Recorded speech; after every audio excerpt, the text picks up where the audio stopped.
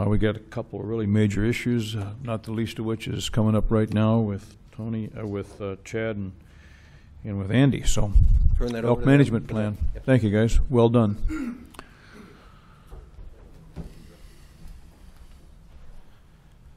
Good morning, Mr. Chair, members of the Commission, Secretary Vonk. Should we do 10 jumping jacks quick? Or Yeah, be good. Good. Stand up.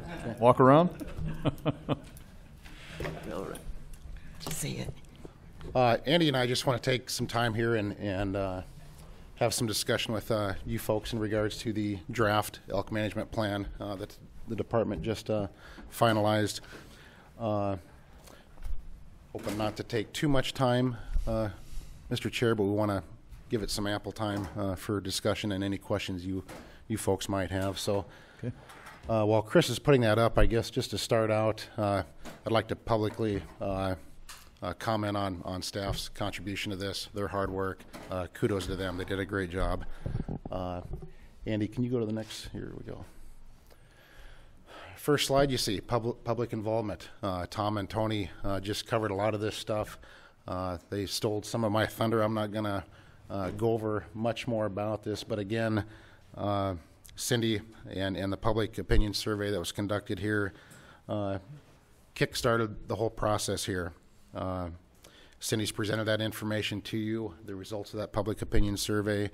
We asked questions on elk on private lands, elk hunting experiences, general wildlife attitudes from those folks that responded to the survey, attitudes specific to elk population preference. Where do they want to see this population go into the future, and season structure and things of that nature. And she shared that. You folks have seen that. Some of that is reported back into the management plan. I guess in a nutshell, what we looked at in trying to serve the people and manage that resource over the next 5 years, from the survey, 93% of our hunters wanted to see that population increase over the next 5 years, and 62% of our landowners wanted to see that population increase. So kind of in a nutshell, that's what you're going to find within this management plan, is to try to balance those needs from both the sportsman and the landowner, and then try to make that happen to the best of our ability and your ability in making those decisions. The elk stakeholder group, you folks are well aware of that process we went through. Commissioner Gary Jensen was on that group. We had numerous sportsmen. We had landowners that were either private landowners or they, I guess we'd look at them from a landowner perspective, where they held a U.S. Forest Service grazing permittee or lease.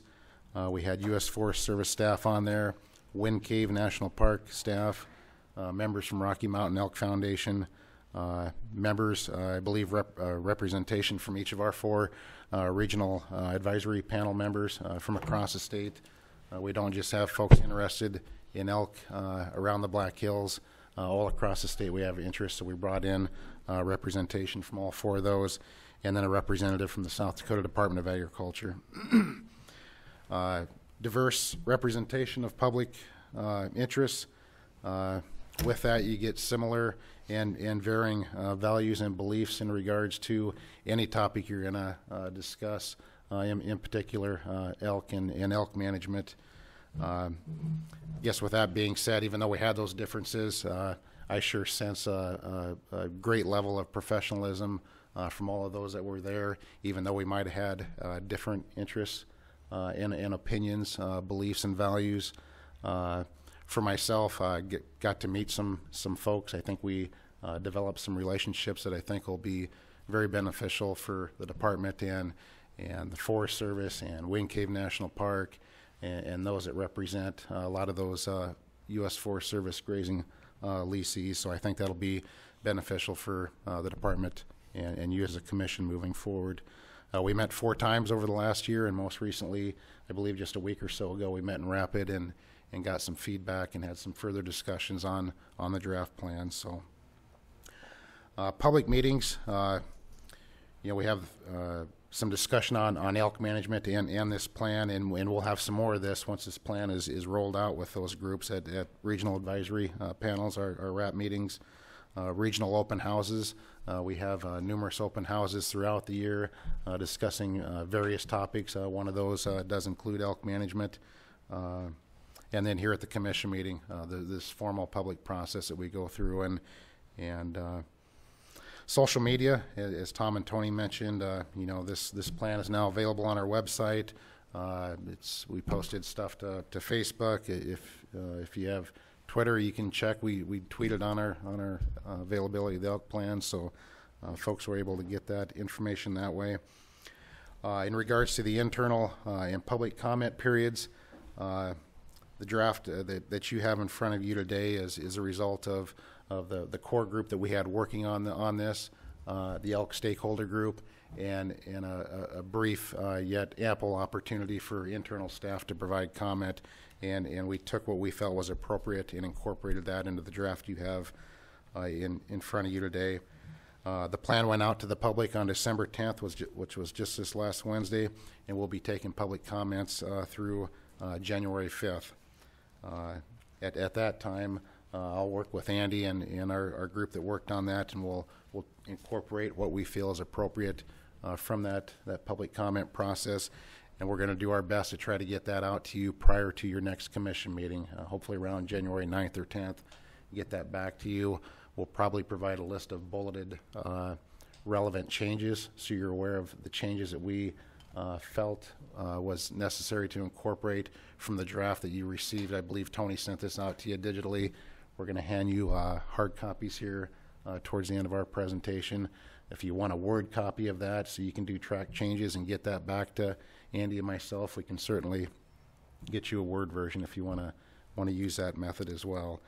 And then I guess this would be your call, but I guess we'd ask for your adoption of the plan at your January commission meeting if you feel that's appropriate and we're comfortable in moving forward and utilizing this plan as kind of our blueprint, cookbook, guiding document for how we're going to manage elk, at least the department, in developing recommendations for you to set season structure and licenses and whatnot and moving forward with elk. So, Chad, just to make sure that I'm squared away on this, from the standpoint of the ability of the commission to gain, and you to gain the public comment, we have been getting a briefing of most of the other plans, and we've had a 30-day period of time, you know, for the public to comment, and then we do the adoption, the finalization, if so to speak. Are you looking at that as the same schedule here, or are you looking at it, the plan being open to the public now as of December 10th, then collecting public comment from that period on? Correct. Okay. Just kind of, Mr. just Chair, make me sure that I'm... It's out, available for public comment right now as we speak. Right.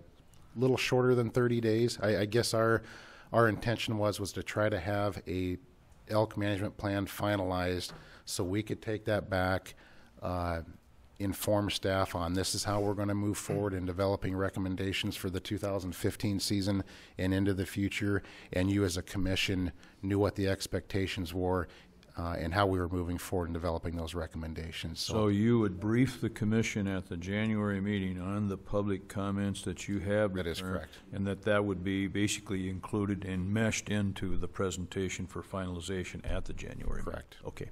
Everybody understand? Okay. Thank you. Okay. Will we get some of those in advance if they come in advance like we do on other public comment? I don't know. Kathy's question was, will the commission receive something that kind of denotes the public comment as you receive it? Or will you just utilize that internally to massage what you need to have in terms of presenting? So we won't see the public comment per se like we do on a regular proposal. You will incorporate that. We will, I guess my envision, I guess, Tony, tell me if I'm incorrect here, but I would envision us, department staff, having the liberty to take into account the public comment that we receive and incorporate what we feel is useful and beneficial for improving the plan, Mr. Chair. And then, like I mentioned earlier, we'd present you our final draft and denote some of those changes that we felt is necessary to inform you. We can certainly share with you all the public comments we receive. I think that's good. no, I think what we would be looking for in your presentation for us to approve the plan would be the fact that you had certain public comments to the effect of so-and-so, and we made these changes to address that, and we had this particular situation, kind of a summary. Absolutely. If you do that, I think that in the interest of making sure that the commission fulfills its mission of having that transparency. Sure. Okay? All right, great. Thank you, guys. I'm not going to spend much time on this slide, Mr. Chair. Just looking at some of the major components within the plan. Travel safe. In fact, I'm not going to spend much time on this right now. I think we've got some further things. I'd like to have Andy go over some, I think some items of interest. I think that we want to make sure that you are aware and read and think about when you review the plan.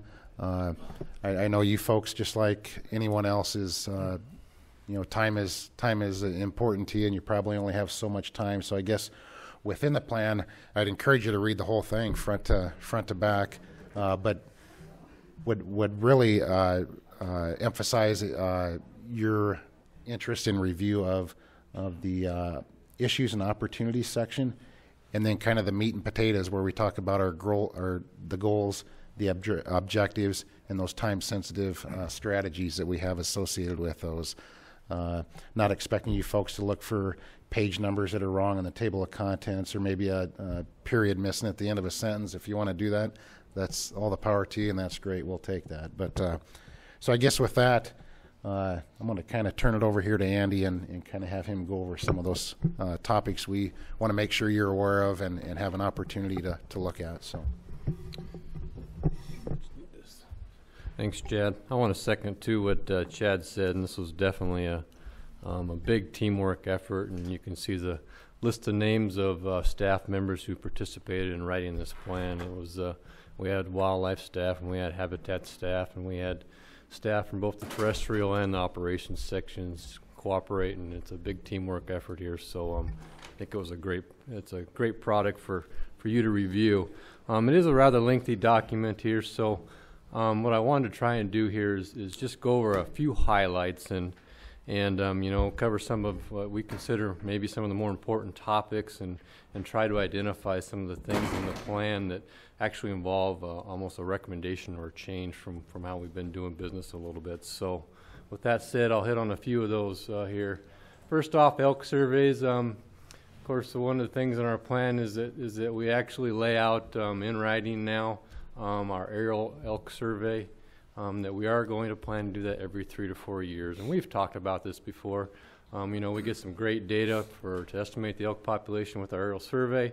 We get a great map like this that's a good representation of winter elk distribution.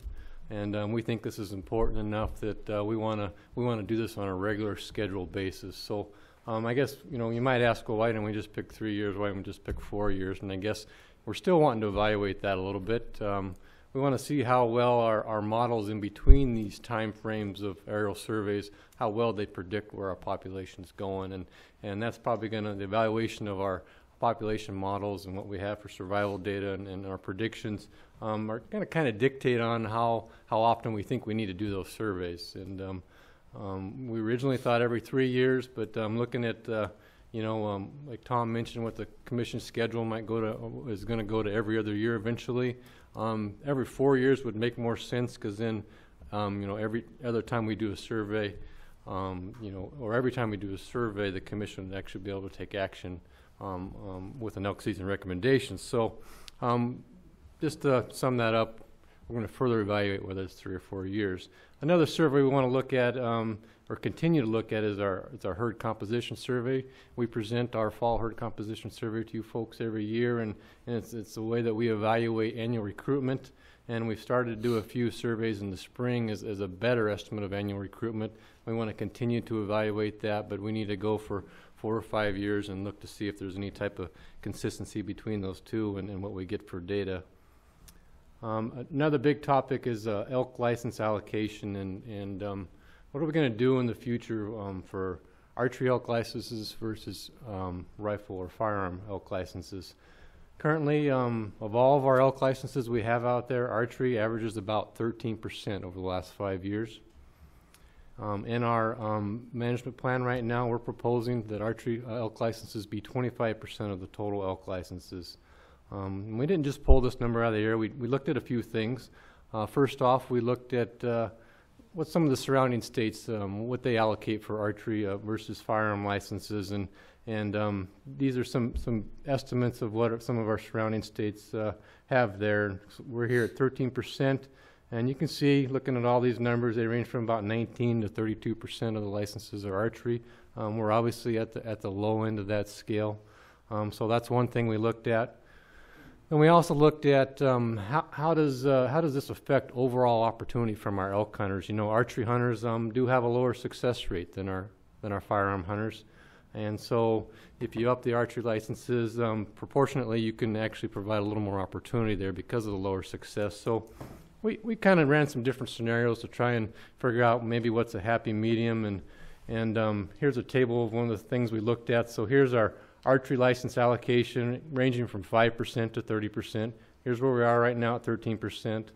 So we looked at total licenses, and if we want to harvest around 550 animals, given the success for archery hunters is about 32%, firearms is about 60% overall, what kind of distribution of licenses would we need to have to meet this at these different archery license allocations? And I know that's a pretty busy table to look at really quick, but here's where we're at, 13%, and our recommendation is 25%, and basically we can go from about 998 licenses to about 1,060 licenses and still maintain the same harvest. So what we're trying to do is maximize a little bit of opportunity there by adjusting some of those percentages. So I think that's an important recommendation that may generate some discussion. Another thing we look at and talk about in the plan is the demand for elk licenses and how we've seen that increase over time. This is just one example for archery. When you look at applicants per available license, we've really seen that demand increase, and I think it's important to acknowledge we're never going to meet that demand. Our supply is always going to be lower than the demand in South Dakota. But are there things we can do to try and better address that, given some of these drastic changes we've seen over the last 10 years and the increase in demand? And so one of the things that we've put in our objectives is that we're going to further evaluate our license lottery system. You know, is there something we can do for those folks that have, again, a higher number of preference points to give them a little better opportunity? Because that's a constant complaint we hear is that, you know, I've got X number of preference points and I'm never going to draw a license. So I'm not saying our system's broke right now. I don't know if there's a better system out there, but given this demand, is there something we can do to alter that to make it a little bit better opportunity for those folks that have a lot of preference points? So we'll take a look at that. Another thing we're going to take a look at, and we've heard a lot of comment and had a lot of discussion over the last year, is in regards to our landowner preference system and where are we going to go with that. And while we're not recommending a specific change in how we deal with that right now in the management plan, we do list it as this is an important objective that we need to address in the future here, and we need to evaluate that and decide whether or not we are going to make a change. And then another thing that we're going to do is we're going to continue to evaluate our elk raffle license, which right now the Commission allows the Rocky Mountain Elk Foundation to administer and use the proceeds off of that to benefit elk management in South Dakota. But we also put in there we want to look at evaluating whether or not we want to consider an auction license. You know, most of the western states do provide an elk auction license to residents and non-residents. They generate a lot of money, probably similar to, you know, similar concept at least to our bighorn sheep license. There's pros and cons to that, and we know there will be controversy behind that, like a lot of things. But is that something we want to consider in this state? And so we do list that as something we want to further evaluate. And then, like you've seen with a lot of our management plans and kind of the direction we're going, we do have a harvest management strategy table for elk that we list different tools that we want to utilize and how they're going to vary given whether or not we want to increase the population, maintain, or decrease. And with elk, since we do have a population estimate, we can actually identify a cow harvest rate in there. So this will be some valuable things for us to evaluate as depending on where our objective is for those areas. And then there's a whole list of other things that we deal with every time we recommend licenses that we'll consider depending on what our actual objective is for that unit. Habitat's we had a lot of discussion on habitat and elk habitat, and it's definitely a really important part of this plan, and it's an important part of where we ended up going with our overall population objective. And of course, one of the things we looked at is forage availability and allocation, and we take the estimates of forage straight out of the Forest Service plan. They are the managers of obviously the majority of public land in the Black Hills, where our elk population is. So we went right off the Forest Service plan. They're the ones that have estimated the forage, and they're the ones that also determine the allocation. So the Forest Service has an estimate of forage in the forest at it's at 466 million pounds of forage. The Forest Service plan is that they will allow 50% utilization of that, so that leaves us with about 233 million pounds of forage produced every year on average. And then within the Forest Service plan, they actually allocate that out to wildlife versus livestock. And in the Forest Service plan, wildlife get about 45% of that forage. So we're using the Forest Service plan. They are the main land managers in the forest there. We're using their plan as a starting guide for where we want to go with elk management. But one thing we have done additionally to the forage estimates in the plan is we've went through a process to look at, is there additional forage out there that the Forest Service doesn't have in their 1997 plan? So it is a little bit dated, and there have been a few things that have happened that I think we need to acknowledge when we look at where can we go with wildlife in the Black Hills. First off, their plan doesn't account for non-Forest Service public lands, so we did add in 33,000 acres that would be primarily BLM and Game Fish and Parks lands within the Black Hills. So we looked at those acreages and how much forage they produce. We also looked at the impacts of mountain pine beetles. You know, there's over 400,000 acres that have been impacted by mountain pine beetles, and that impact varies from area to area without a doubt. But the bottom line is mountain pine beetle are going to reduce the canopy cover, and the bottom line is that's going to increase forage production on the forest floor overall. So we did come up with an estimate looking at pre-pine beetle and post-pine beetle acreages and how much potentially more forage there could be on the landscape. Then we also looked at the Jasper Fire.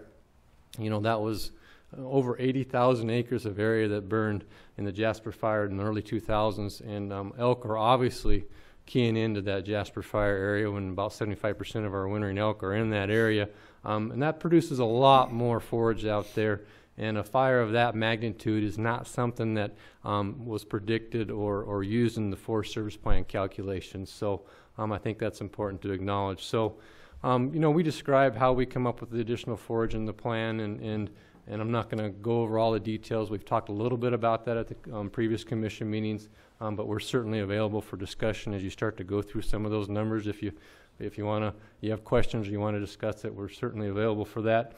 But the bottom line is we come up with about 42 million additional pounds of forage that's not accounted for in the plan, and we did run this by the Forest Service. You know, these are our numbers, but we've been in consultation with them.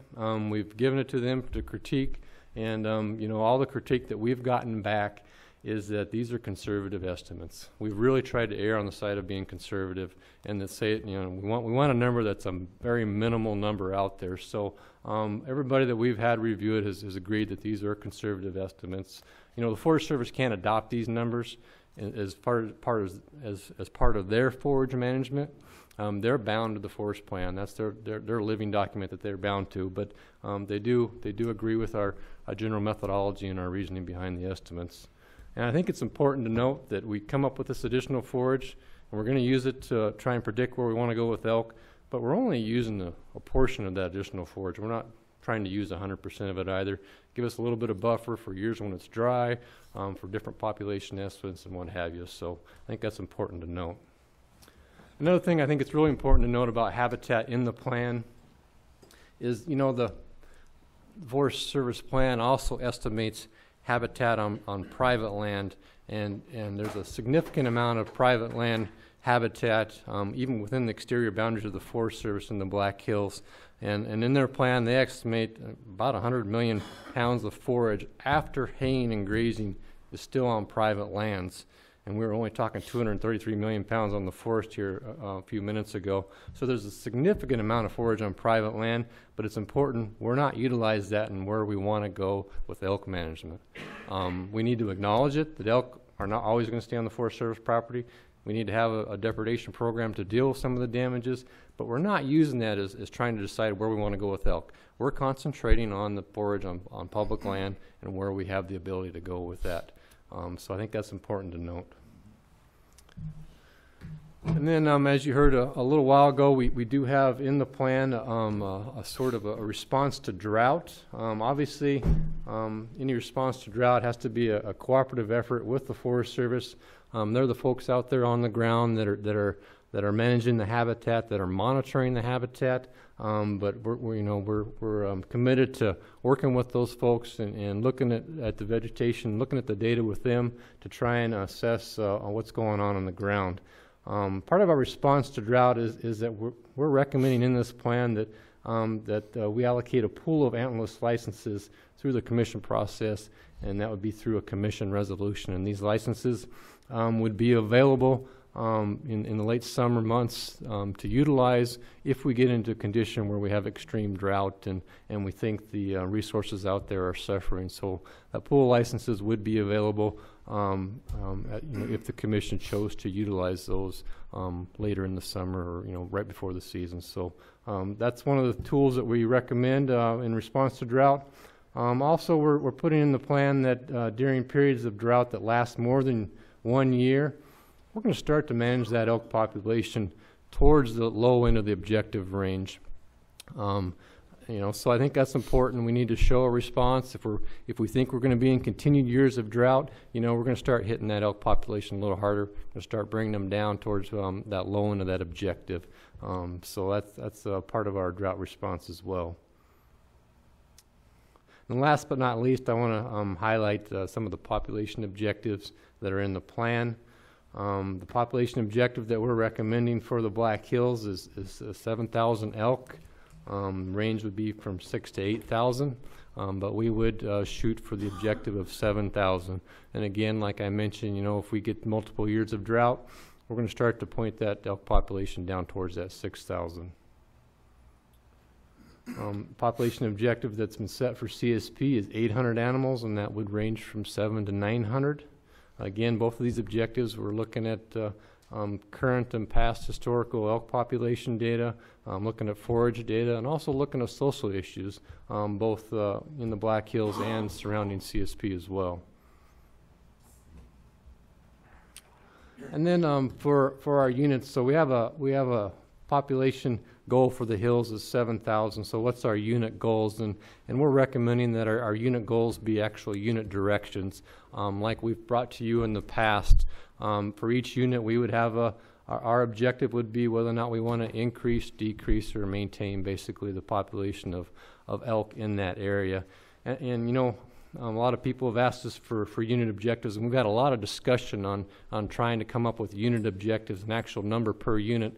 But you recall at the beginning of my presentation, that aerial survey map shows a really good distribution of elk in the wintertime, and we really have a good idea of where the elk are in the wintertime, but we don't have a fall survey where we can get a fall distribution of elk, where we have an actual estimate of elk in the fall. So without an estimate of elk per unit in the fall, it's pretty hard to come up with an actual unit objective number. But we do have a direction that we want to go in all of our units, and I think that's important. And then for harvest success, we are recommending that we set a 60% minimum harvest success on our any elk tags. This will be a Black Hills wide average.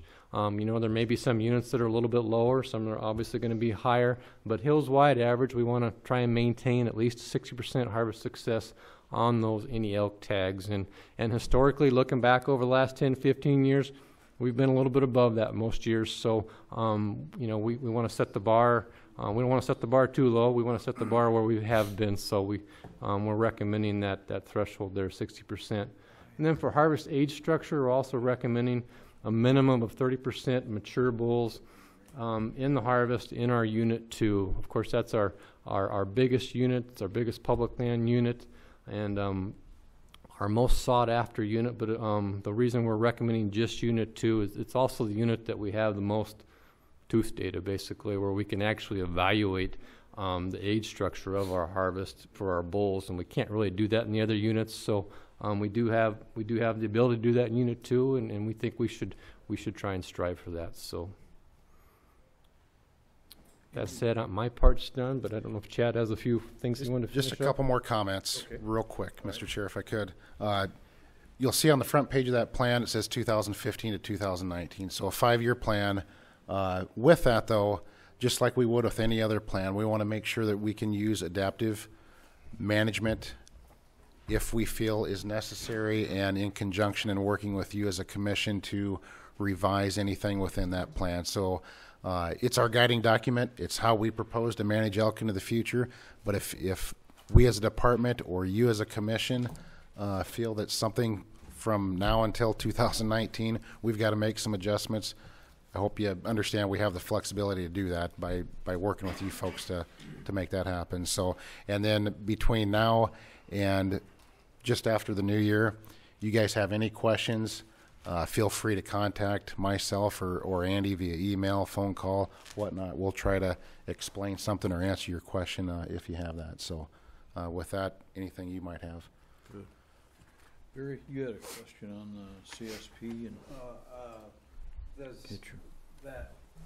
that Black Hills number 6 to 8,000, and then there's CSP there, is that included or additional to the It would be range? in addition to the population objective of 7,000 in the Black Hills. In addition? In addition. Okay. Do you take into consideration wind cave in any of that? How you use that, or in the past we've kind of done some. I guess yes and no. I guess from a population objective, we do not, because they're not a huntable population of elk, so we did not take that into consideration into our population objective. Yeah, and just to add to that, of course, we may at times get some elk from them through one means or another. At least we have in the past, and we'll see how the future goes. But the bottom line is that we're not the managers of elk and wind cave, so we didn't really want to depend on what number they're managing for. We just want to keep separate, and what they have will be additional to what we recommend. other questions, comments? A lot of work.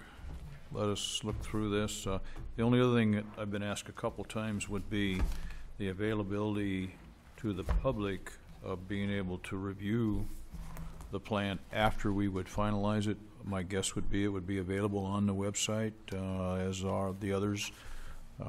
Maybe we should think about posting that note from time to time in the Conservation Digest in a section that says, the following plans are available for public review by going on to so-and-so, some type of a public outreach.